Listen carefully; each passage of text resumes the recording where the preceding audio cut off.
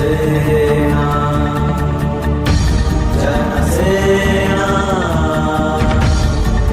జనసేన.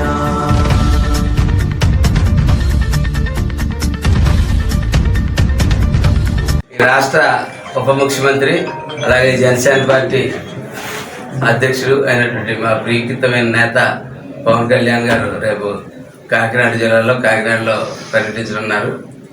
ప్రజల వద్దకే పరిపాలన చేద్దామని చాలామంది చెప్తూ ఉంటారు, కానీ ఆ తరహాలో చేస్తున్నటువంటి మొట్టమొదటి వ్యక్తి పవన్ కళ్యాణ్ గారు.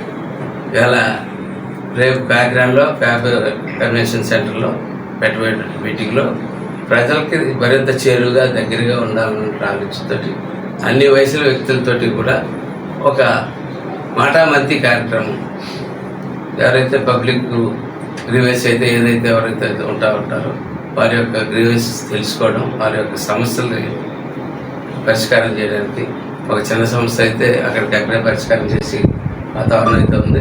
అట్లాగే దీర్ఘకాలంగా అవునటువంటి సమస్యలు ఏమైనా ఉంటే కూడా ఆ సమస్యల మీద కూడా దృష్టి పెట్టింది. మీరు చూస్తూనే ఉన్నాడు.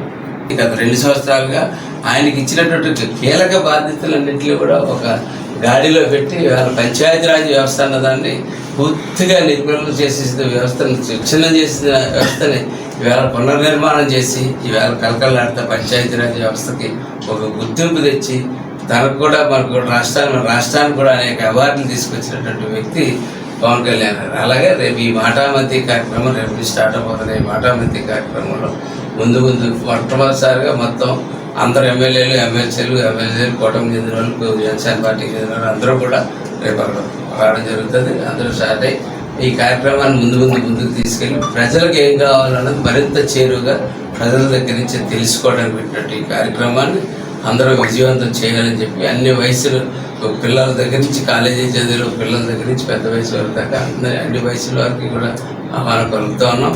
వారందరినీ కూడా వారితో 2-3 గంటలు ప్రత్యేకంగా ఇంటరాక్ట్ అయ్యి వారి యొక్క సమస్యలు తెలుసుకుని ఆ సమస్యలు పరిష్కార దిశగా ముందుకు వెళ్ళడానికి ఈ కార్యక్రమం చేపడుతున్నాం.